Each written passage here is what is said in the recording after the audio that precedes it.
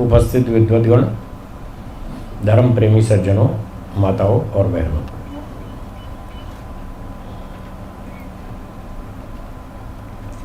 पिछली कक्षा में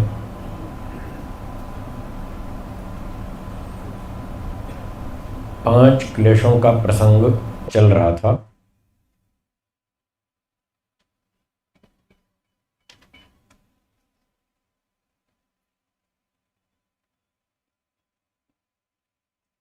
पांच क्लेशों के नाम दोहराएंगे: अविद्या, अस्मिता, राग, द्वेष, अभिनिवेश।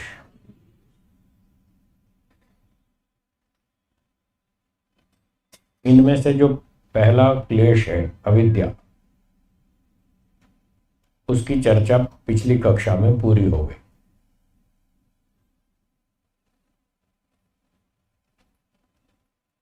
अविद्या की परिभाषा है वस्तु कुछ और है और हम समझते हैं कुछ और, गलत समझते। तो जब कोई व्यक्ति किसी वस्तु को गलत समझता है, ये अविद्या कहलाती है। ये तो हुई परिभाषा, और वो चार थे उदाहरण। अनित्य वस्तु को नित्य वस्तु समझना, ये सब उदाहरण थे। इस प्रकार से महर्षि पतंजलि जी ने अविद्या के चार भाग बताए। ये अविद्या हमारे बार बार जन्म लेने का कारण है। जब तक अविद्या रहेगी तब तक बार बार जन्म होता रहेगा। और चौथे सूत्र में बताया था, दूसरे पाद के चौथे सूत्र में, अविद्या क्षेत्रम उत्तरेषाम। बाकी के जितने क्लेश हैं चार, पांच में से एक तो अविद्या हो गई, बाकी के जो चार क्लेश हैं उत्तरेषाम, उन बाकी चार क्लेशों का अविद्या खेत है, उत्पत्ति स्थान है, ये उसका कारण है। यदि अविद्या रहेगी तो बाकी चार क्लेश भी होंगे। फिर आगे भाष्य में व्यास जी महाराज ने बताया, यदि अविद्या बढ़ेगी तो राग द्वेष ये भी बढ़ेंगे। ये उसका अनुकरण करते हैं अविद्या का। यदि अविद्या बढ़ेगी तो राग द्वेष आदि चार क्लेश भी बढ़ेंगे। यदि अविद्या घटेगी तो बाकी क्लेश भी घटेंगे। यदि अविद्या मर जाएगी तो सारे क्लेश भी मर जाएंगे। इसलिए इनका सबका लीडर, नेता अविद्या है। तो एक को ही मारो, बाकी अपने आप मर जाएंगे। एक ही पर मेहनत करो, अविद्या का नाश करो, विद्या की वृद्धि करो। आर्य समाज का 8वां नियम महर्षि जी ने बताया। तो हमें सबसे अधिक शक्ति इस अविद्या पर लगानी चाहिए। अविद्या का नाश करें। अविद्या क्या है विस्तार से आपने समझ लिया। अब आगे चलेंगे। सूत्र 6 देखिए, योग दर्शन दूसरा पाद, सूत्र 6। बोलिए, दृक् दर्शन शक्त्योः एकात्मता इव अस्मिता। ये अस्मिता क्लेश है। अस्मिता क्लेश शास्त्रीय भाषा में समझना थोड़ा कठिन है।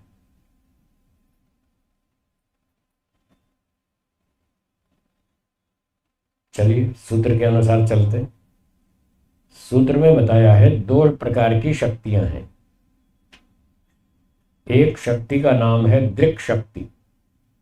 क्या नाम? दृक् शक्ति।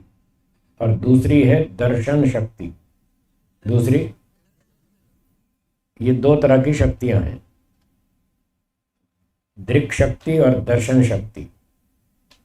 दृक् शक्ति का अर्थ है देखने वाली शक्ति। दृक् देखने वाली, देखने वाली शक्ति मतलब जानने वाली शक्ति। दर्शन शास्त्रों में देखने का मतलब सिर्फ आंख से देखना नहीं है। देखने का समानार्थक है शब्द है ज्ञान, ज्ञान प्राप्ति। तो ज्ञान प्राप्ति के लिए आंख तो एक इंद्रिय है, और भी 4 इंद्रियां हैं, कुल मिलाकर 5 ज्ञानेंद्रियां हैं। आंख, कान, रसना, नासिका, त्वचा, ये 5 ज्ञानेंद्रियां हैं। तो पांचों इंद्रियों से देखा जाता है, और इनसे जो कुछ देखा जाता है फिर वो बुद्धि के पास जाता है, मन के पास जाता है, बुद्धि के पास जाता है, फिर आत्मा के पास जाता है। तो ये तो साधन है देखने के। और मैं बता रहा था दर्शन का अर्थ, दर्शन का अर्थ है ज्ञान प्राप्ति करना। तो ज्ञान प्राप्त करने वाला कौन है, जड़ या चेतन? तो चेतन कौन है, शरीर या आत्मा? इसलिए दृक् शक्ति का अर्थ है चेतन आत्मा, देखने वाली शक्ति, देखने वाली वस्तु, वो है आत्मा। ठीक है, तो दृक् शक्ति का अर्थ क्या हुआ, आत्मा। और दर्शन शक्ति, दिखाने वाली शक्ति, जो आत्मा को दिखाती है, दिखाने का मतलब ज्ञान कराती है। और जो यहाँ सूत्र के प्रसंग में यहाँ दिखाने का मतलब है भोग कराना। क्या अर्थ है, भोग कराने वाली शक्ति, उसका नाम है दर्शन शक्ति। और भोग कराने वाली शक्ति है बुद्धि। कौन है, बुद्धि। तो दर्शन शक्ति का अर्थ हुआ बुद्धि, दृक् शक्ति का अर्थ क्या हुआ, आत्मा, और दर्शन शक्ति का अर्थ क्या हुआ। तो 2 शक्ति हो गई, 2 वस्तुएं हो गई। यहां नाम शक्ति लिखा है पर है वो वस्तुएं।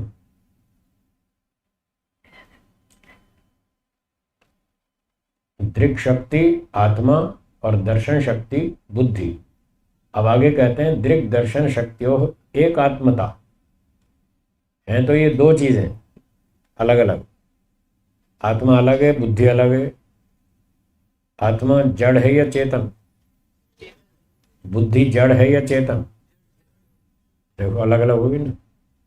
बुद्धि जड़ है, आत्मा चेतन है। बुद्धि उत्पन्न होती है, हाँ या ना? सांख्य दर्शन में पढ़ा होगा आपने, महतत्व, जिसका नाम है महतत्व बुद्धि, वो प्रकृति से उत्पन्न हुई। अब वो उत्पन्न भी होती है, जो वस्तु उत्पन्न होती है वो नष्ट भी होती है, वो अनित्य है। बुद्धि जड़ है, बुद्धि उत्पन्न होती है, बुद्धि नष्ट होती है, बुद्धि साधन है। और आत्मा इससे अलग है, आत्मा चेतन है, आत्मा नित्य है, आत्मा उत्पन्न नहीं होता, आत्मा नष्ट नहीं होता, वो देखने वाला है, जानने वाला है, अनुभूति करने वाला है, वो चेतन। इस प्रकार से दोनों अलग अलग चीजें हैं। अब हैं तो 2, और व्यक्ति उन दोनों को एक मान लेता है, एक आत्मता इव, एक सा मान लेना। 2 को 2 नहीं समझना, एक ही समझ लेना, इसका नाम अस्मिता क्लेश है। ये तो हो गया सूत्रार्थ, शब्दों का अर्थ हो गया कि बुद्धि और आत्मा 2 अलग अलग चीजें हैं, इन दोनों को एक मान लेना अस्मिता क्लेश। तो ये सिद्धांत रूप में तो हमने सूत्रार्थ कर दिया, पर समझ में क्या आया, कुछ नहीं आया। समझ में तो कुछ आया नहीं। कैसे व्यक्ति बुद्धि और आत्मा को एक मान लेता है, वो तो बात समझ में आई नहीं। तो भाष्यकार व्यास जी ने लिखा है कि उसका मैं सार सुना रहा हूं, उस भाषा में जिसको आप समझ पाएंगे, सरल भाषा में उनका भाव सुना दो।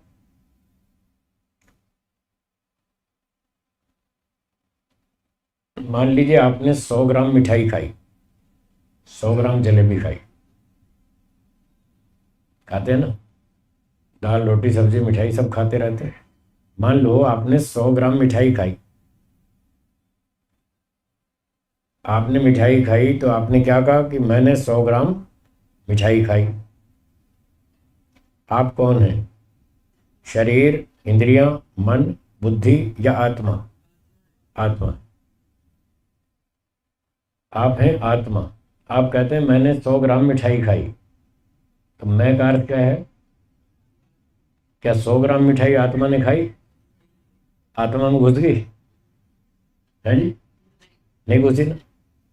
पर जब आप 100 ग्राम मिठाई खाते हैं तो आप यही कहते हैं मैंने 100 ग्राम मिठाई खाई, ऐसा ही बोलते हैं और ऐसा ही महसूस भी करते हैं मैंने खाई, जबकि आत्मा में 1 मिलीग्राम भी नहीं गई। इतनी बात समझ में आई?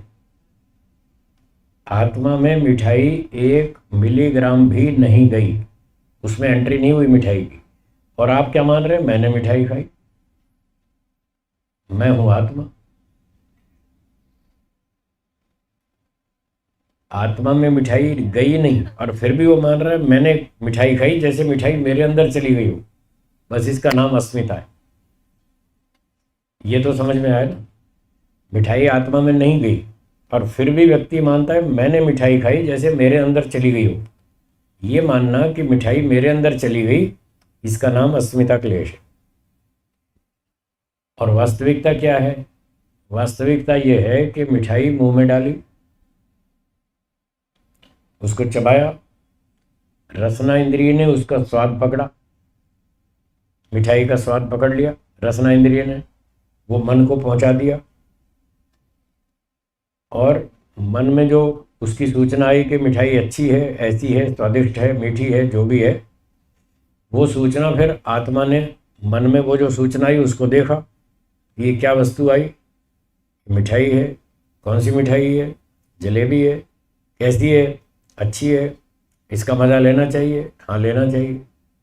तो मज़ा लेना, उसका सुख भोगना, इसमें बुद्धि सहयोग करती है, मन भी सहयोग करता है, बुद्धि भी सहयोग करती है। अब आप कहेंगे जी ये बुद्धि सहयोग करती है, इसका क्या प्रमाण है? इसका प्रमाण एक तो सांख्य दर्शन में है, 6ठे अध्याय में 66-67 के आसपास एक सूत्र है, वहां लिखा है महतो अन्यत। क्या सूत्र है? महतो अन्यत। इससे 2-3 सूत्र पहले एक सूत्र था अहंकारः कर्ता न पुरुषः। याद आया है ना? अहंकारः कर्ता न पुरुषः। हम जो कर्म करते हैं वो अहंकार करता है, आत्मा नहीं करता। अब आप कहेंगे ये एक और नई समस्या है, अब तक तो यही सुन रहे थे आत्मा कर्म करता है, अब मना कर रहे हैं कि आत्मा कर्म नहीं करता और अहंकार करता है। तो वहां भी थोड़ा समझने की बात है। जब आप पेन से लिखते हैं कागज पर, कौन लिखता है? आत्मा लिखता है या हाथ लिखता है? हाथ लिखता है। आत्मा सीधा खुद तो नहीं लिखता ना, आत्मा हाथ की सहायता लेता है फिर लिखता है। हाथ जड़ है या चेतन? फिर हाथ भी नहीं लिखता, पेन लिखता है। हाथ में भी पेन पकड़ते हैं आप, फिर पेन से लिखते हैं। तो कागज पर सीधा सीधा लिखने का काम कौन कर रहा है? पेन। अब कहने की बात है, कहने का ढंग है अपना अलग अलग। कोई तो यूं भी कह सकता है जी आत्मा लिखता है, और कोई यूं भी कह सकता है जी ये पेन लिखता है। चाहे आप ये बोलो कि आत्मा लिखता है, चाहे ये बोलो कि पेन लिखता है, दोनों पक्षों में जिम्मेदारी किसकी? ठीक है ना? तो बोलने को आप कुछ भी बोल दें, सीधी भाषा बोलें चाहे गौण भाषा बोलें, कुछ भी बोल सकते हैं, पर दोनों पक्षों में जिम्मेदारी तो आत्मा की रहेगी। अगर आप ये कहते हैं मेरा पेन बहुत अच्छा लिखता है, इसका अर्थ ये नहीं कि पेन स्वयं लिखता है, वो अपनी जिम्मेदारी पे लिखता है, पेन खुद चेतन है, वो लिखता है, ये अर्थ फिर भी नहीं है। इस वाक्य से सिर्फ इतना ही तात्पर्य है कि पेन में अच्छा लिखने की क्षमता है। जब आप ये एक्टिव वॉइस सेंटेंस बोलते हैं, मेरा पेन बहुत अच्छा लिखता है, मेरी कैंची बहुत बढ़िया कपड़े काटती है, मेरा चाकू बहुत बढ़िया सब्जी काटता है, ये सब बोलने का तात्पर्य ये नहीं है कि पेन स्वयं लिखता है और कैंची स्वयं कपड़े काटती है और चाकू स्वयं सब्जी काटता है, ये तात्पर्य नहीं है। उसकी क्षमता बताना, बस इतना उद्देश्य है। पेन की क्षमता बहुत अच्छी है, बढ़िया स्मूथ लिखता है। कैंची बहुत धारदार है, बढ़िया कपड़े काटती है, आसानी से कट जाते हैं, उसमें क्षमता अच्छी है। चाकू की क्षमता अच्छी है, मेरा चाकू बढ़िया सब्जी काटता है। फिर भी ये सब बोलने पर भी जिम्मेदारी किसकी? आत्मा की। तो ऐसे ही यहाँ पर ये कहा अहंकारः कर्ता न पुरुष। जैसे पेन लिखता है, अहंकार कर्म करता है। जैसे आत्मा पेन के बिना स्वयं अकेला नहीं लिख सकता, ऐसे ही आत्मा अहंकार के बिना स्वयं अकेला कार्य नहीं कर सकता। उसको कर्म करते समय अहंकार की सहायता लेनी पड़ती है। जैसे लिखने के लिए पेन की सहायता लेनी पड़ती है, लिखने के लिए हाथ की सहायता लेनी पड़ती है। बोलिए, समझ में आया? तो यदि ये कहा जाए कि आत्मा नहीं लिखता, पेन लिखता है, तो भी जिम्मेदारी आत्मा की है। पेन आत्मा के बिहाफ पर लिखता है, आत्मा के आदि स्थान पर लिखता है, उसकी जिम्मेदारी पर लिखता है। उसका जो भी नफा नुकसान है वो पेन को नहीं भोगना है। किसको भोगना है? आत्मा को।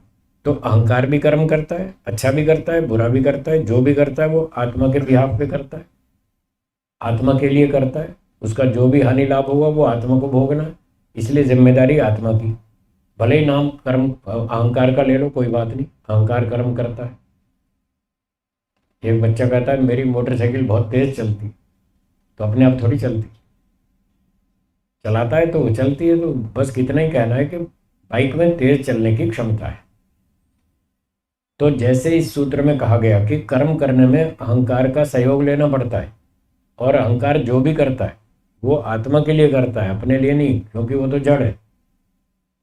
ऐसे ही अब जो ये सूत्र आया महत्व अन्यत, ये सूत्र कह रहा है कि कर्म करना तो अहंकार का काम था, मतलब अहंकार के सहयोग से आत्मा कर्म करता था, स्वयं अकेला नहीं कर सकता था, अल्प शक्तिमान है।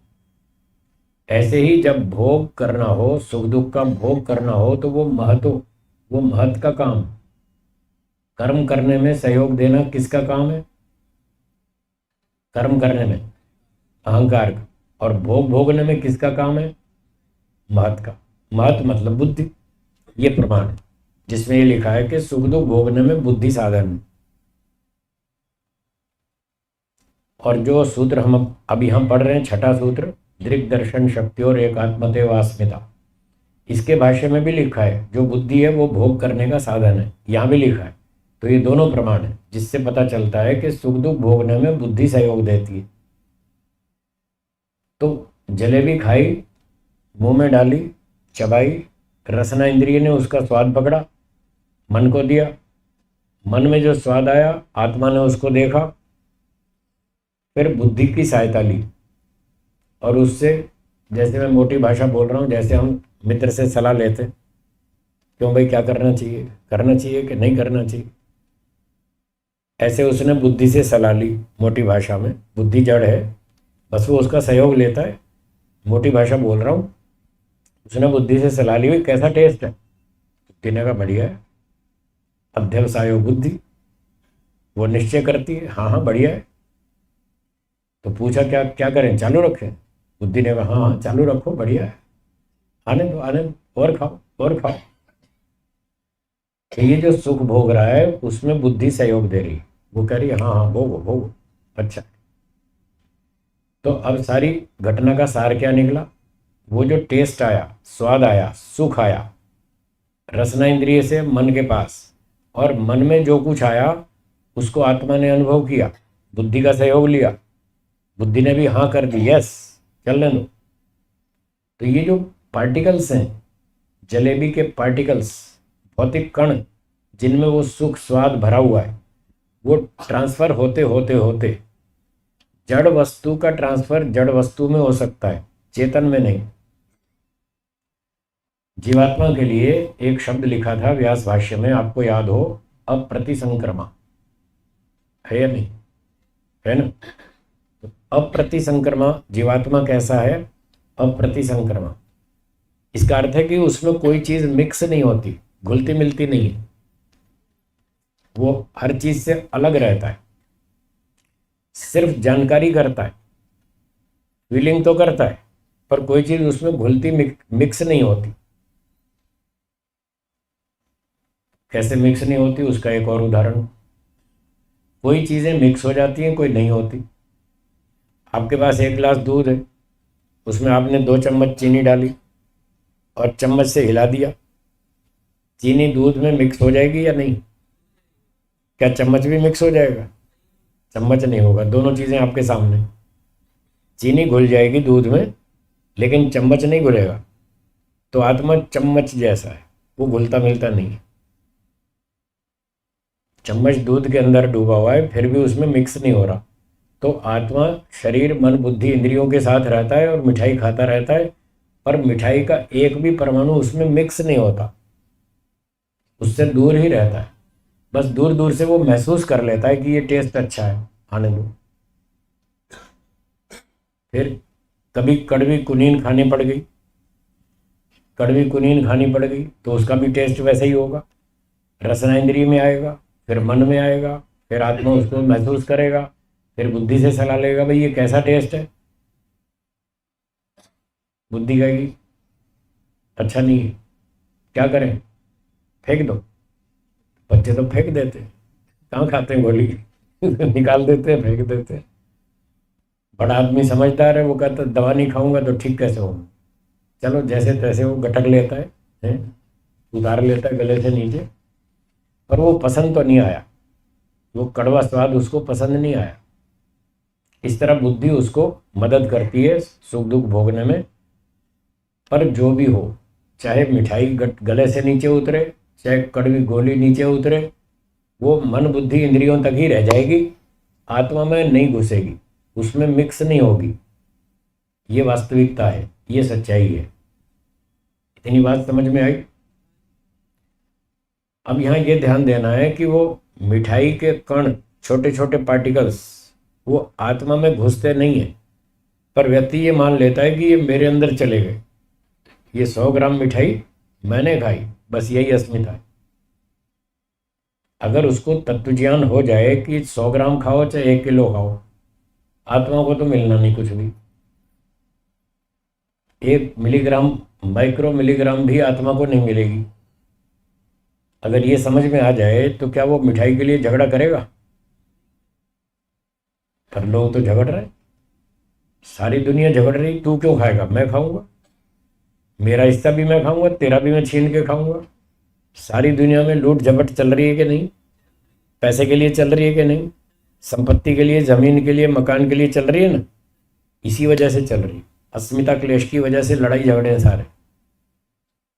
जिस दिन ये समझ में आ जाएगा कि मेरा भाई 2 लाख ज़्यादा ले लेगा, मैं 2 लाख कम लूँगा संपत्ति में, तो कोई फर्क नहीं पड़ता। वो 2 लाख क्या, 5 लाख, 20 लाख, 2 करोड़ भी ले लेगा तो भी उसकी आत्मा में एक पैसा नहीं घुसने वाला, और मेरा कोई लॉस नहीं होने वाला। तो लड़ाई झगड़ा खत्म हो जाएगा। वो कहेगा मैं 5 लाख ज़्यादा लूँगा, तो हम कहेंगे अच्छा ले ले भाई, तू ले ले, तू 5 नहीं तू 10 लाख ले ले, क्या होने वाला, कुछ नहीं होने वाला, कोई फर्क नहीं पड़ेगा। दाल रोटी तो मिलती है ना, बस दाल रोटी मिलनी चाहिए, इतनी तो फिर भी मिल जाएगी। पैतृक संपत्ति के बंटवारे में आपको 10 लाख रुपए कम मिले, बड़े भाई ने ज़्यादा ले लिया, तो भी आप दुखी नहीं होंगे।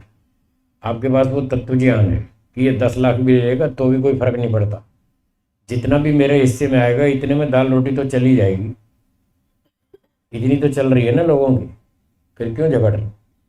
इस अस्मिता क्लेश की वजह से झगड़ रहे। हाँ जी, कुछ कुछ तो समझ में आई होगी बात। अस्मिता क्लेश, 1 पैसा भी आत्मा में नहीं घुसेगा, 1 मिलीग्राम मिठाई आत्मा में नहीं घुसेगी, सोना चांदी आत्मा में नहीं घुसेगा, न कपड़े आत्मा में घुसेंगे। आप कितने चमकीले कपड़े खरीद लो, कितने महंगे खरीद लो, कितनी महंगी कार खरीद लो, आत्मा में कुछ फर्क नहीं पड़ता, आत्मा बिल्कुल वैसे ही रहता है। तो ये जब समझ में आएगा, तत्व ज्ञान हो जाएगा, तो व्यक्ति को वैराग्य हो जाएगा, राग द्वेष नहीं होगा, लड़ाई झगड़ा नहीं होगा, अस्मिता क्लेश नहीं होगा, अविद्या हट जाएगी, सब समस्या हल हो जाएगी। ये सारे अविद्या के कारण पैदा होते हैं, सारे दोष। तो जब भी आप मिठाई खाएं तो ये ना समझें मिठाई मैंने खाई, ये नहीं समझना। सारी दुनिया ऐसे ही समझ रही है, पर आप ऐसा नहीं समझना। आप ये समझना मैंने मिठाई शरीर को खिलाई, ऐसे समझना। आप मन में सोच रहे होंगे ये क्या भाषा है, मैंने मिठाई शरीर को खिलाई है बड़ी अजीब भाषा है।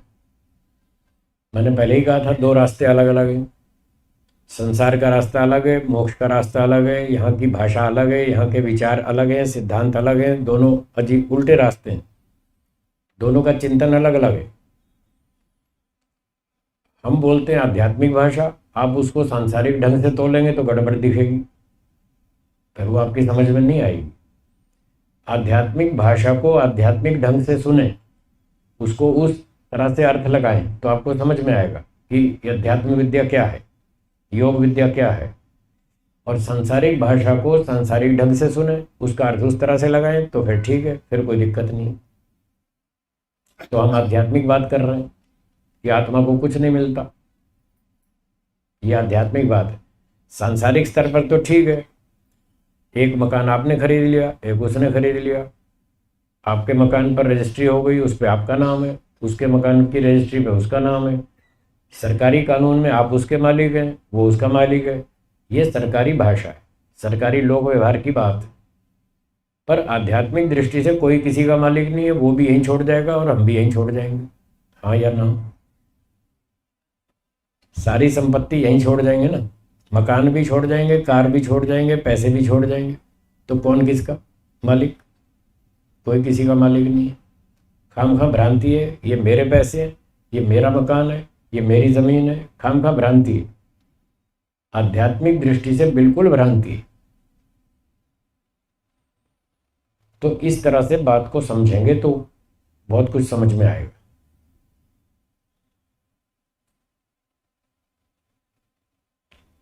ऐसा सोचने से, ऐसा बोलने से आपका वो भ्रम भी दूर हो जाएगा, अविद्या दूर हो जाएगी कि शरीर ही मैं हूँ, ये भ्रांति भी दूर होगी।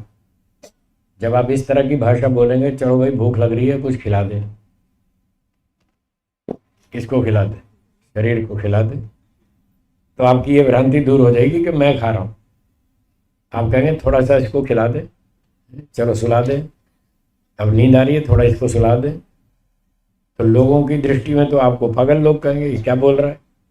लोग तो कहेंगे पागल है, भले ही पागल कहें कोई बात नहीं, पर ये सच्चाई है। शरीर की ये सारी आवश्यकताएं, खाना पीना सोना, ये शरीर की आवश्यकताएं पूरी हो रही है। आत्मा न खाता है, उसमें तो कोई मिठाई जाती नहीं, और सोना चांदी लपेट दो उसको, आत्मा को कोई फर्क पड़ता नहीं, उसमें मिक्स तो होता नहीं। जैसे दूध में चीनी मिक्स होती है, ऐसे आत्मा में तो कुछ मिक्स होता नहीं। तो लाभ हो जाए तो आत्मा बढ़ता नहीं, हानि हो जाए तो वो घटता नहीं, आत्मा तो उतना ही रहता है। वैसे ही आप 10 करोड़ कमाओ या 10,000 करोड़ कमाओ, कोई फर्क नहीं पड़ता, आत्मा तो उतना ही रहेगा। तो ये सारा आध्यात्मिक चिंतन है। इस तरह का चिंतन करने से अविद्या, अस्मिता, ये सारे दोष खत्म हो जाते और व्यक्ति पूर्ण वैराग्य में मस्त रहता है। उसको कोई फर्क ही नहीं पड़ता। मिल गया तो ठीक है, नहीं मिला तो कोई चिंता नहीं। कितना चाहिए? 2 रोटी बस। 50 रोटी थोड़ी खाओगे आप, 2 ही तो खाओगे, 3 खाओगे, 4 खा लोगे। कोई 2 खाएगा, कोई 4 खाएगा, जितनी भूख है उतनी तो खाएगा। और जितनी भी खाएगा वो भी आत्मा में नहीं जाएगी। बस जिंदा रहने के लिए, जीवित रहने के लिए, काम चलाने के लिए 2 रोटी चाहिए। बाकी फालतू झमेला क्यों बढ़ाओ? अपना टाइम बचाओ, योगाभ्यास करो, चिंतन करो, पढ़ाई करो, शास्त्र पढ़ो, ईश्वर का ध्यान करो, परोपकार करो, समाज सेवा करो, ईमानदारी से जियो, सच्चाई से जियो, छल कपट को छोड़ो। 40 साल से बोल रहे, छोड़ दे में छल कपट को, मानसिक बल दीजिए। बोल रहे नहीं यज्ञ प्रार्थना में बोलते हैं ना, छोड़ दे में छल कपट को, मानसिक बल दीजिए। 40 साल हो गए बोलते बोलते, क्या छूट गया? छूटता तो है नहीं, कम भी नहीं हुआ। क्यों नहीं हुआ? क्योंकि इस तरह से सोचते ही नहीं। अगर ये सोचेंगे कि हमें कुछ नहीं मिलने वाला, कोई चीज़ हमारे साथ नहीं जाएगी, कोई आत्मा में घुलने में मिलने वाली नहीं है, तो फिर क्यों छल कपट करें, क्यों झूठ बोलें, क्यों घोटाला करें? पाप करेंगे, दंड मिलेगा, सुअर कुत्ते बनना पड़ेगा, गधा हाथी बनना पड़ेगा। इस तरह से सोचेंगे, आपकी सारी गलतियां छूट जाएंगी, अविद्या हटती जाएगी, अस्मिता हट जाएगा, राग द्वेष हट जाएगा, सारे कर्म शुद्ध हो जाएंगे, अच्छे काम करेंगे, अपना 2 रोटी खाओ, भगवान का भजन करो, समाज की सेवा करो और मस्त रहो। इतनी बढ़िया अच्छा जीवन है, ऐसे हो जाएगा। चलिए आगे चलते हैं। ये हो गया अस्मिता क्लेश। आगे है 7वां सूत्र, जिसमें बताया है राग। तीसरा क्लेश राग। बोलिए, सुखानुशयी रागः। सुख भोगने के बाद अनुशयी, अनु पश्चात, शयी रहने वाला, शयन करना, निवास करना, रहना। सुख अनुशयी, सुख भोगने के पश्चात रहने वाला जो संस्कार है उसका नाम है राग। सुखानुशयी राग। जब हम किसी वस्तु में खाना पीना घूमना फिरना किसी भी इंद्रिय के भोग में सुख लेते हैं, सुख का अनुभव करते हैं, तो उसका एक संस्कार बनता है, मन के ऊपर एक छाप लग जाती है। मजा आ गया है? बढ़िया लस्सी पियो, मीठी लस्सी, गुजराती मीठी लस्सी होती है ना, मोटी थिक थिक लस्सी होती है मीठी। उसमें क्या क्या डाल देते हैं, कुछ केसर वेसर डाल देते हैं और अच्छी अच्छी चीज़ें डाल देते हैं। जब पीते हैं तो खूब मज़ा आता है। तो लोग क्या कहते हैं, वाह मज़ा आ गया। ये जो मज़ा आ गया ना, ये मन के ऊपर एक छाप लग गई, मज़ा आ गया। इसका नाम है राग।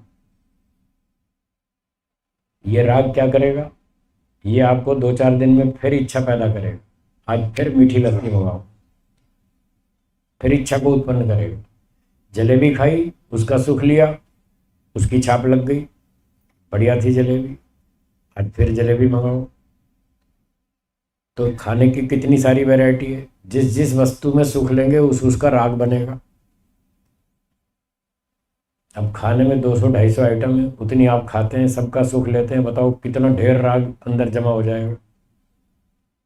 फिर देखने का, नेत्रेंद्रिय का, अच्छी अच्छी फिल्में देखते हैं, अच्छे अच्छे सीरियल देखते हैं। मैं देखता रहता हूँ, लोग खाते रहते हैं और सीरियल देखते रहते हैं 7-8 बजे रात को।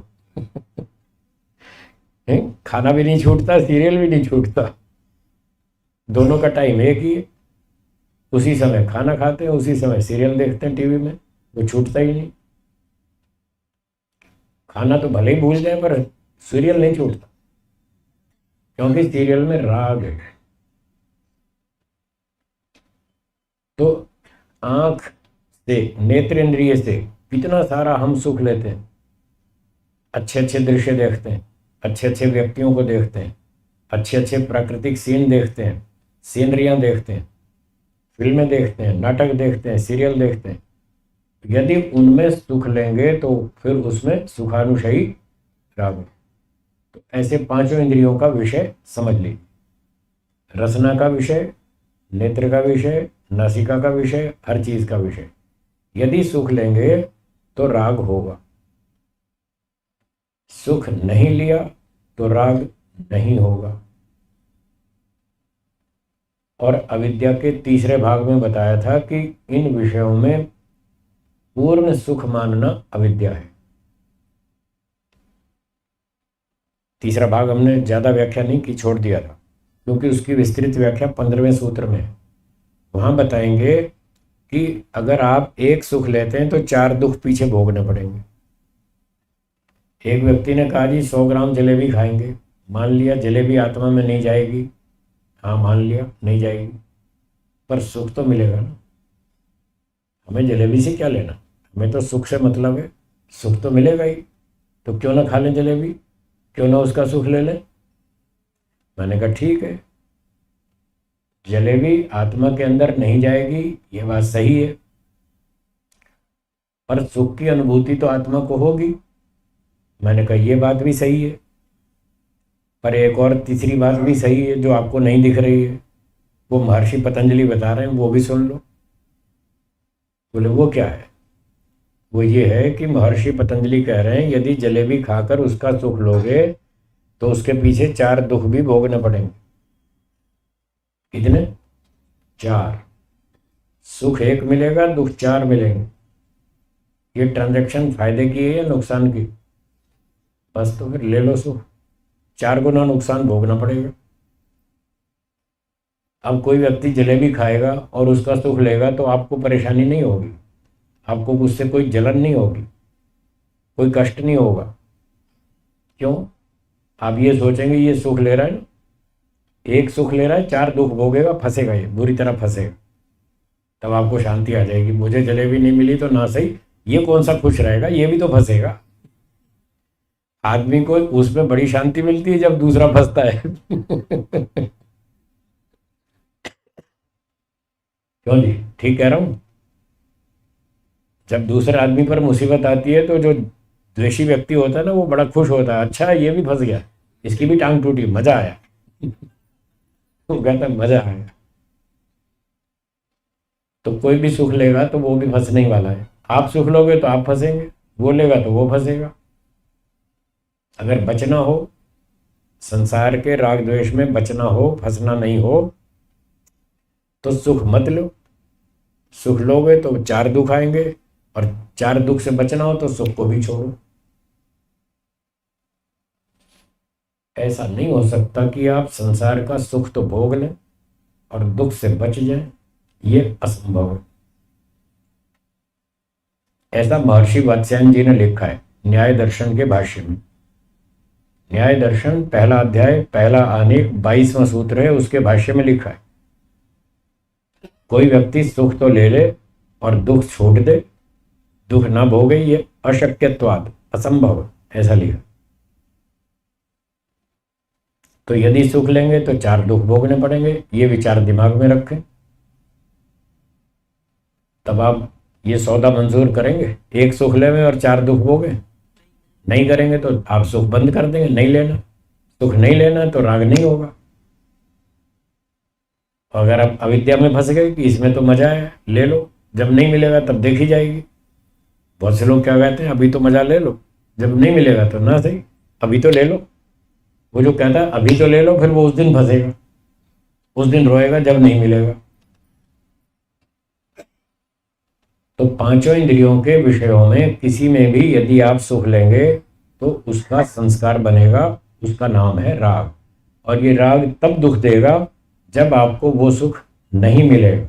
जिस दिन वो सुख नहीं मिलेगा उस दिन देखना आप फड़फड़ाएंगे। मैंने देखा ट्रेन में चाय पीने वालों को, चाय में खूब मज़ा लेते हैं, और ट्रेन में जब चाय नहीं मिलती फिर फड़फड़ाते हैं बेचारे। 2 घंटे हो गए, चाय नहीं मिली, चाय वाला नहीं आया। कई ट्रेनें लंबी लंबी चलती हैं, उनके स्टॉपेज 5-5 घंटे बाद आते हैं। बहुत थोड़े स्टॉप होते हैं, दूर की 2000 किलोमीटर की लंबी ट्रेन होती है तो 5-5 घंटे तक रुकती नहीं। कोई चाय बेचने वाला आता नहीं, वो बेचारे दुखी होते रहते हैं। यूं देखते हैं चाय वाला नहीं आया, तब ये राग उनको दुख देता है। और कई घंटे बाद चाय वाला आता है, फिर वो कहता है चाय चाय चाय, बढ़िया चाय, घर की चाय, घर जैसी चाय। फिर वो कहता है लाओ वो देना एक चाय। फिर चाय लेता है, एक घूंट पीता है, कहता है ये कोई चाय, ये कोई चाय है। अब वो क्वालिटी नहीं मिली जिसकी आदत थी उसको, वो घर की जैसी बढ़िया चाय अदरक वाली वहाँ ट्रेन में कहाँ मिलती है।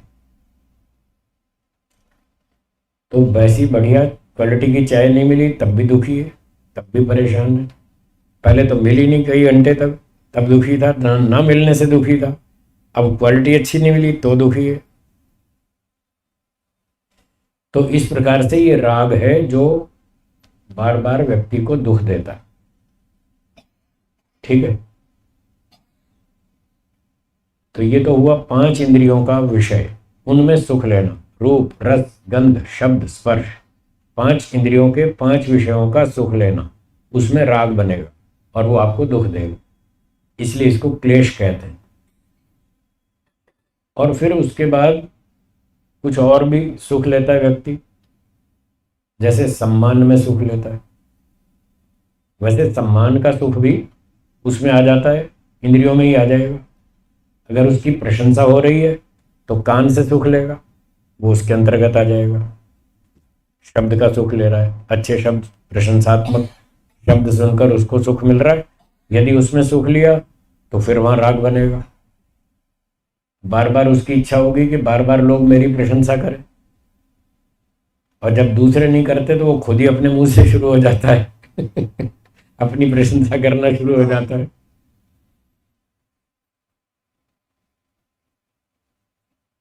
तो ये हो गया राग। इस राग से बचना चाहिए। अगला सूत्र है द्वेष। अगला सूत्र देखिए, बोलिए। दुखानुशयी द्वेष।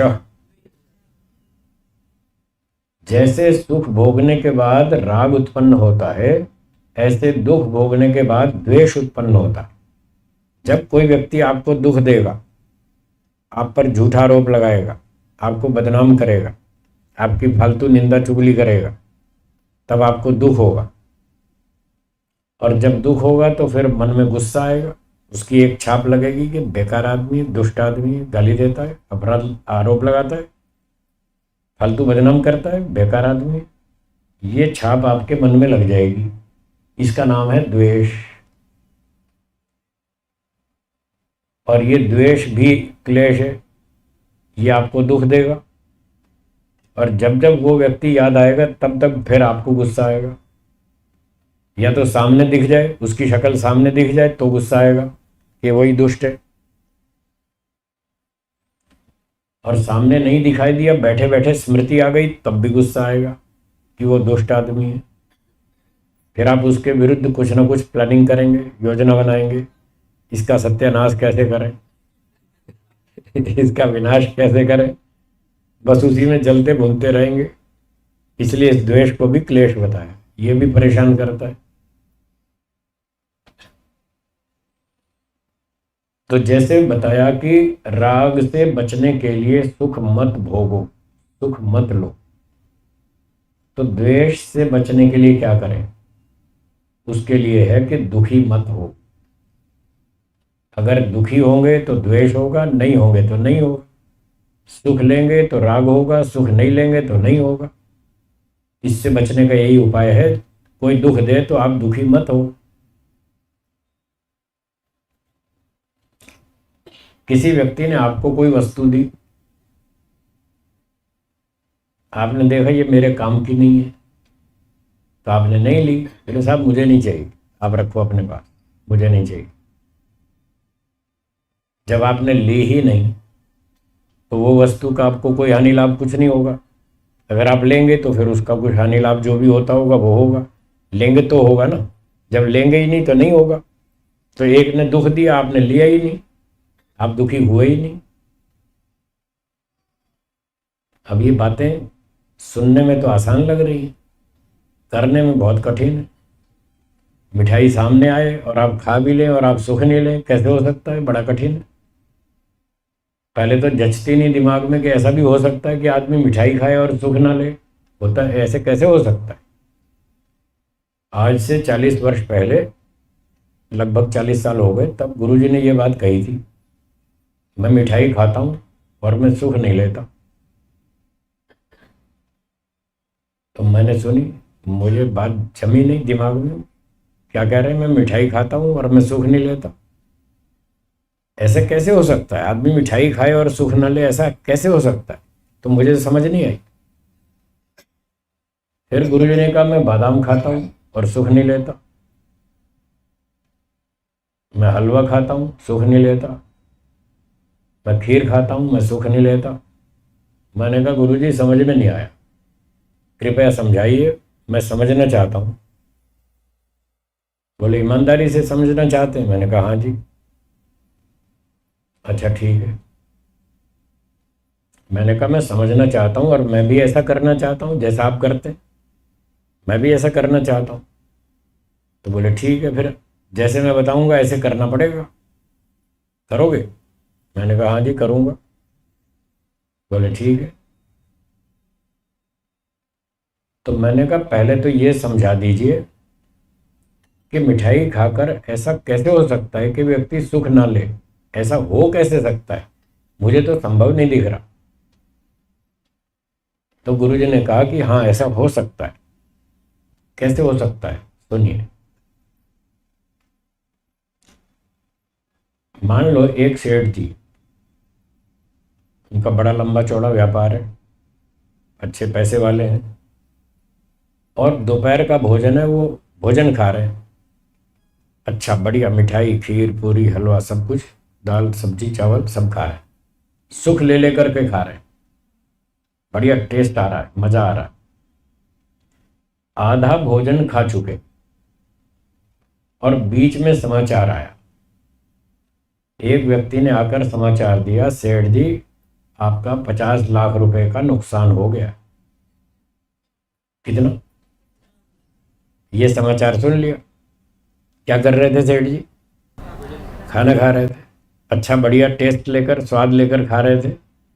ये समाचार सुनने के बाद अब वो आगे जो भोजन खाएंगे, क्या उसमें सुख मिलेगा? नहीं मिलेगा ना। आगे ना समझ में, बिना सुख लिए भी खाया जा सकता है, देख लो। अब जो सेठ जी खाना खाएगा, अब उसको वो स्वाद नहीं आएगा, वो सुख नहीं मिलेगा। भोजन तो वही है, उसमें खट्टा मीठा नमक तीखा सब वही है, पर अब मन की स्थिति खराब हो गई, इसलिए वो स्वाद या सुख नहीं ले पाएगा। तो ये दृष्टांत सुनाया, मुझे समझ में आया कि हाँ, ऐसा असंभव तो नहीं है, हो तो सकता है कि आदमी बिना सुख लिए भी खा ले, ऐसा हो सकता है, समझ में आ गया।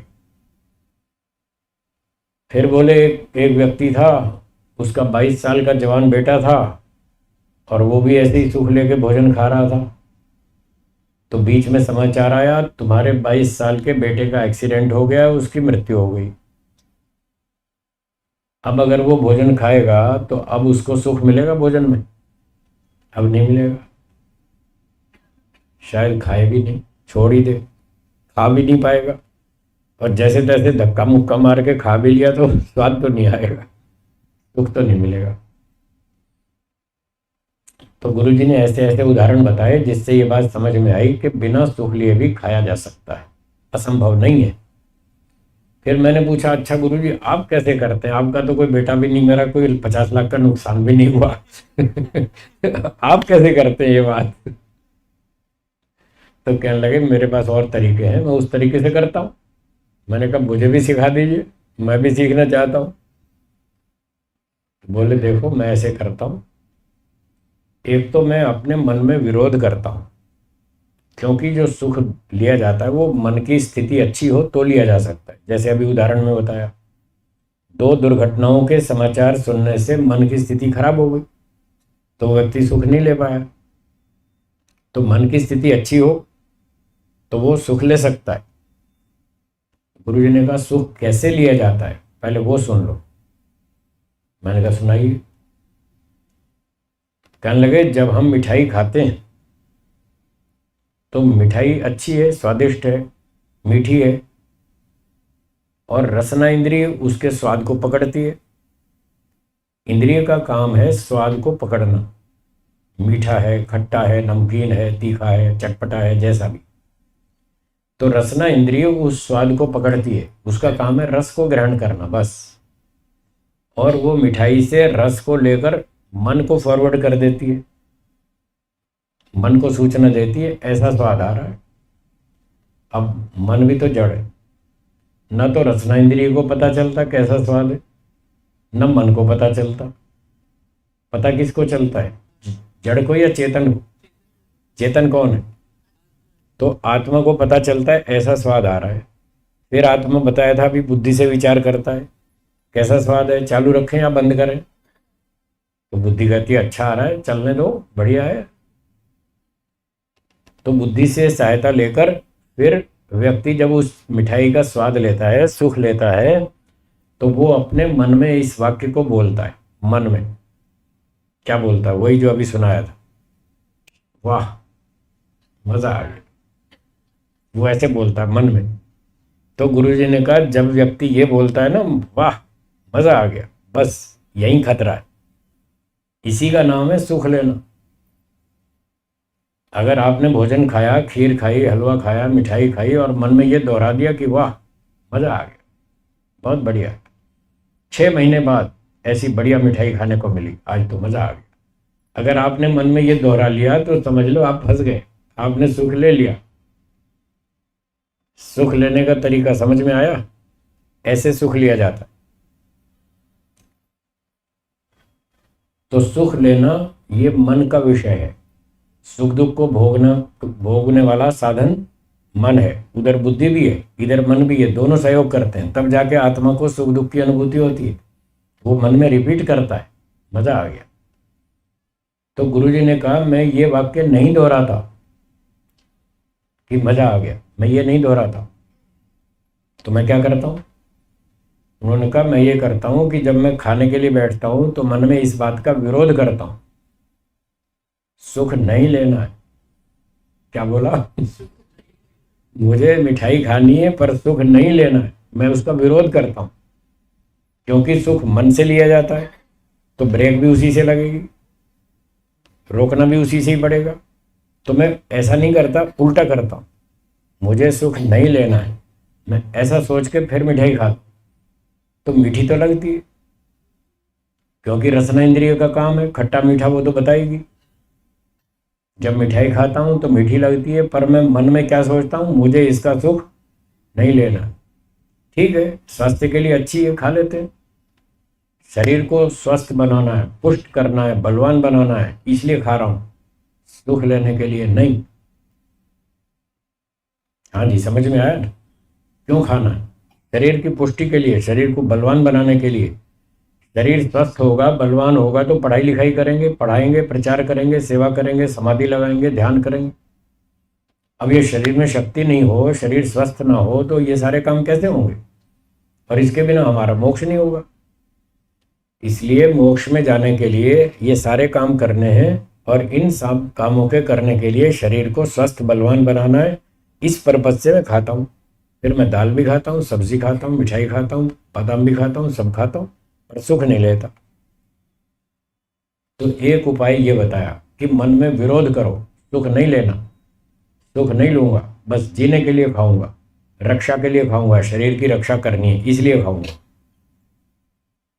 एक उपाय समझ में आया? हाँ या ना? आ गया ना? दूसरा उपाय गुरुजी ने कहा, दूसरा उपाय यह है, कभी कभी उस वस्तु को खाना पीना छोड़ दो, कुछ दिन के लिए बंद करो और अपना परीक्षण करो कि इसके बिना कैसा लग रहा है, जीवन कैसा चल रहा है, अच्छा चल रहा है कि अब परेशानी हो रही। सारे लोग मिठाई खा रहे हैं और मैं नहीं खा रहा। फिर अपना परीक्षण करो, देखो कैसा लगता है, कष्ट हो रहा है कि नहीं हो रहा, ये चेक करो। संकल्प करो 15 दिन मिठाई नहीं खाएंगे, सब लोग खाएंगे, मैं नहीं खाऊंगा। सब लोग मक्खन खाएंगे, मैं नहीं खाऊंगा। सब लोग बादाम खाएंगे, मैं 15 दिन नहीं खाऊंगा। छोड़ दो, 15 दिन, महीना छोड़ दो। घी छोड़ दो, दूध बंद कर दो, 15 दिन नहीं खाऊंगा, 1 महीना नहीं पीऊंगा दूध। फिर अपना परीक्षण करो। ये दूसरा उपाय बताया। तो हमने 40 साल पहले संकल्प कर लिया कि इसका विरोध करना है, मन से विरोध करना है कि सुख नहीं लेंगे, मिठाई खाएंगे पर सुख नहीं लेंगे। और दूसरा, 1 1 महीने के बहुत सारे एक्सपेरिमेंट किए, प्रयोग किए। 1 महीने तक दूध नहीं पिएंगे, सुबह शाम दोनों टाइम दूध नहीं पिएंगे, और अपना परीक्षण करेंगे कैसा लगता है, लाइफ ठीक चल रही है या कष्ट हो रहा है, ये देखेंगे। तो ऐसे बहुत सारे प्रयोग किए। तो करते करते वो भी समझ में आ गया कि इसके बिना हम आराम से जी सकते हैं, कोई तकलीफ नहीं। 1 महीना दूध नहीं पिया, कोई बात नहीं, और तो सब चल ही रहा है, दाल रोटी सब्जी चल ही रही है। दूध नहीं पिया तो क्या हुआ? उससे हमको 2 फायदे हुए। एक तो अभ्यास हो गया कि बिना दूध के भी जी सकते हैं, कोई कष्ट नहीं। तो इसका ये लाभ हुआ, कभी दूध नहीं मिला तो ना सही, हमने पहले ही अभ्यास कर रखा है, नहीं मिलेगा तो हम परेशान नहीं होंगे। और दूसरा, वो राग आसक्ति भी खत्म, सुख लेने वाली बात भी खत्म, नहीं मिला तो ना सही। ये दूसरा उपाय बताया। कुछ कुछ समय के लिए उसको छोड़ दें, उसका प्रयोग बंद कर दें। तीसरा उपाय बताया कि आज से ये संकल्प करो कि जब भी कोई भोजन खाएंगे तो उसमें फरमाइश नहीं करनी। क्या बोला? फरमाइश नहीं करनी। आज हलवा बनाओ, आज खीर बनाओ, आज पकोड़े बनाओ। बरसात में पकोड़े बहुत अच्छे लगते हैं। जब बरसात का मौसम होता है तो लोग कहते हैं जी आज चाय पकौड़े। तो गुरुजी ने कहा ये चाय पकौड़े क्यों मांग रहे हैं, क्या उद्देश्य है, क्यों चिंतन जी, क्या उद्देश्य है? सुख लेना। बोले सुख को लेना नहीं है, ब्रेक लगानी है। तो इसका उपाय है फरमाइश बंद करो, आज से कोई फरमाइश नहीं कर, ये बनाओ वो बनाओ, ये खिलाओ वो खिलाओ, फरमाइश बंद। तो हमने 40 साल पहले संकल्प कर लिया आज से फरमाइश बंद, तब से बंद है और आज तक भी बंद है, कभी फरमाइश नहीं करते। ये बहुत सारी माताएं बैठी हैं जो खाना खिलाती हैं मुझे, पूछ लो इनसे, मैं फरमाइश करता हूँ। आप बार बार पूछते हैं गुरुजी क्या खाएंगे, हम कहते हैं जो आप खिलाएंगे वो खाएंगे, कोई फरमाइश नहीं है। तो फरमाइश करता ही व्यक्ति क्यों है, सुख लेने के लिए। अगर सुख से बचना है तो फरमाइश बंद करो, मन में भी नहीं सोचना कि वो खाने को मिलना चाहिए वो खाने को मिलना चाहिए। मन में सोचते हैं तो भी फरमाइश है, मुंह से बोलते हैं तो भी फरमाइश है। फरमाइश तो है ही आपके मन में, तो मन में भी रखेंगे तो भी परेशानी, तो भी आप सुख लेंगे। इसलिए मन में भी नहीं सोचना, जो मिल गया चुपचाप खा लो। शरीर रक्षा के लिए खाना है, शरीर को स्वस्थ बलवान बुद्धि को पुष्ट करने के लिए खाना है, बस इस उद्देश्य से खाएंगे तो आप सुख लेने से बच जाएंगे। यदि सुख लेने से बच गए तो राग नहीं होगा। ऐसे ही यदि सुख लेने से बच गए तो दुख भोगने से भी बच सकते हैं। यदि सुख से नहीं बचे तो दुख से भी नहीं बच पाएंगे, फिर दुख भी भोगेंगे और फिर परेशान होंगे, फिर द्वेष होगा, फिर गुस्सा आएगा, फिर उल्टी सीधी योजना बनाएंगे, फिर उसके विनाश की प्लानिंग करेंगे, फिर सब काम बिगड़ जाए। तो इस तरह से राग द्वेष को जीता जा सकता है, असंभव नहीं है। जब दुख आए तो क्या सोचना, मुझे दुखी नहीं होना है। जैसे सुख के बारे में सोचा था मुझे सुख नहीं लेना है, तो ऐसे ही जब दुख आए तो मन में ये सोचो मुझे दुखी नहीं होना है। जब मैंने आपका दुख लिया ही नहीं तो मुझे क्या दिक्कत, आपका गिफ्ट मैंने लिया ही नहीं। तो कोई मुझे गाली देता है, अपमान करता है, झूठे आरोप लगाता है, मैं दुखी होता ही नहीं। मैं मन में सोचता हूँ मुझे इसका गिफ्ट नहीं चाहिए, इसका गिफ्ट इसके पास ही ठीक है, मुझे नहीं चाहिए, तो मैं दुखी नहीं होता। छोटी मोटी घटना हो, किसी ने छोटा मोटा अन्याय कर दिया, तो मैं क्या सोचता हूँ, कोई बात नहीं। ये 3 शब्द आपको बहुत सुनाए, मैंने बहुत बार सुना है, कोई बात, 3 शब्द बोलो आपकी बहुत सहन शक्ति बढ़ेगी, कोई बात नहीं। ये संसार ऐसा ही है, यहाँ ऐसा ही चलता है। ये लोग सुधरने वाले नहीं हैं, अपने मन में ये सूत्र बिठा लीजिए, ये दुनिया सुधरने वाली नहीं है, ये ऐसे ही चलेगी। ठीक है, तो आप दुखी नहीं होंगे। अपना बचाव करो, उससे लड़ाई झगड़ा मत करो। वो आपकी इच्छा अनुसार नहीं जिएगा, वो अपनी अकल से जिएगा, अपनी इच्छा से जिएगा, वो स्वतंत्र है, आप उसको नहीं बदल सकते। कोई दूसरा व्यक्ति आपकी इच्छा के बिना आपको बदल देगा? नहीं बदलेगा। जब तक आप नहीं चाहेंगे तब तक आपको कोई नहीं बदल सकता। जैसे आपको कोई नहीं बदल सकता आपकी इच्छा के विरुद्ध, ऐसे ही दूसरे की इच्छा के विरुद्ध आप उसको नहीं बदल सकते जब तक उसकी इच्छा नहीं है। उसकी इच्छा उसके कंट्रोल में, आपके कंट्रोल में नहीं है, फिर आप क्यों दुखी हो रहे हो? तो अपने आप को शांत रखने के लिए मन में ये सोचें ये नहीं सुधरेगा, इसको जो करना करने दो, अपना बचाव जरूर करो, अपनी रक्षा जरूर करो, उससे लड़ाई झगड़ा मत करो, उससे दुखी मत हो। अगर वो सुधरना चाहता है तो सुधर जाएगा, नहीं सुधरना चाहता तो नहीं सुधरेगा, उसको छोड़ो, अपने ऊपर ध्यान अधिक दो। तो इस प्रकार से छोटी मोटी बात हो तो मन में बोलो कोई बात नहीं, ये तो होता ही रहता है, ये तो संसार है, यहाँ ऐसे ही चलता है। ऐसा सोचने से आप दुखी नहीं होंगे। और कोई बड़ा अन्याय हो गया, आपने उसके प्रतिकार के लिए पुरुषार्थ भी किया, प्रयत्न भी किया, भाई तुमने हमारे पैसे छीन लिए, लाओ पैसे दो हमारे। 1 बार मांगा, 2 बार मांगा, 10 बार मांगा, तो देख लिया वो नहीं देता है, आपको समझ में आ गया ये नहीं देगा। और कई तो इतने बदतमीज होते हैं, सामने से कह भी देते हैं नहीं दूंगा, कर ले क्या करेगा। ऐसे भी होते हैं ना, कर ले क्या करेगा, नहीं देता। अब बताओ, आपके पास ताकत है नहीं, लड़ आप सकते नहीं, कोर्ट में जाएंगे वहां न्याय मिलता नहीं, मिलता है? नहीं मिलता। तो कोर्ट में जाने से कोई फायदा नहीं, वहां न्याय मिलता नहीं, आपके पास शक्ति नहीं, लड़ आप सकते नहीं। तो फिर उसका अंतिम उपाय है उसको ईश्वर के न्यायालय में छोड़ दो। योस्मान द्वेष्टि तम वो जम्भे दत्मा, जो हम पर अन्याय करता है उसको हम ईश्वर के न्याय पर छोड़ देते और अपने मन दिमाग को हल्का कर लेते, तो फिर हम परेशान नहीं होंगे, दुखी नहीं होंगे। उसको घटना को ईश्वर के न्याय पर छोड़ दीजिए और भूल जाइए। अगर आप उस घटना को भूल गए तो समझो आपने छोड़ दिया। अगर भूले नहीं, बार बार रिपीट करते हैं दिमाग में, तो फिर कहाँ छोड़ा, आप तो पकड़े बैठे हैं उसको, तो वो आपको टेंशन बढ़ाएगा, फिर आपका दुख बढ़ेगा, फिर आप दुखी होंगे। इसलिए दुख से बचने का ये तरीका है, उसको दिमाग से निकाल दो, ईश्वर की कोर्ट में डाल दो और मस्त रहो, अपना लाइफ आगे ढंग से जियो, भविष्य को जो काम करना है वो करो, अच्छी तरह से सुख से जियो। तो ये उपाय हैं जिनसे व्यक्ति दुखी होने से बच सकता है, और यदि दुखी होने से बच गया तो उसको द्वेष नहीं होगा, वो शांति से जी सकता है। ईश्वर बैठा है, ईश्वर न्याय करेगा, ये 3 शब्द हैं, ईश्वर न्याय करेगा, वो तो करेगा ही। चलिए, समय बहुत हो गया, विराम की ओर चलते हैं। एक लाइन और बता दूं, 5वां क्लेश। हाँ, 5वां क्लेश, अगला सूत्र बोलिए। स्वरसवाही विदुषोपि तथा रूढ़ो अभिनिवेश, ये 5वां क्लेश है। तो मैंने कहा प्रसंग पूरा हो जाए, 2-4 मिनट में पूरा कर देता हूं। स्वरसवाही, अपने संस्कार से बहने वाला, ये शब्दार्थ है। स्वरसवाही, अपने संस्कार से, पूर्व जन्म के संस्कार से बह रहा है, चल रहा है, पिछले जन्म से चला आ रहा है।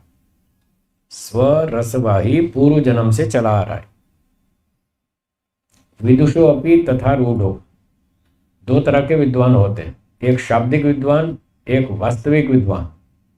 वास्तविक विद्वान होते हैं तत्वज्ञानी, और जो शाब्दिक वाले हैं वो शब्द किताब तो खूब पढ़ना पढ़ाना जानते हैं, जीवन में है नहीं कुछ, जीवन में आचरण में कुछ है नहीं, शब्दों को खूब पढ़ते पढ़ाते हैं, बोलते हैं, लिखते हैं, सब कुछ करते हैं।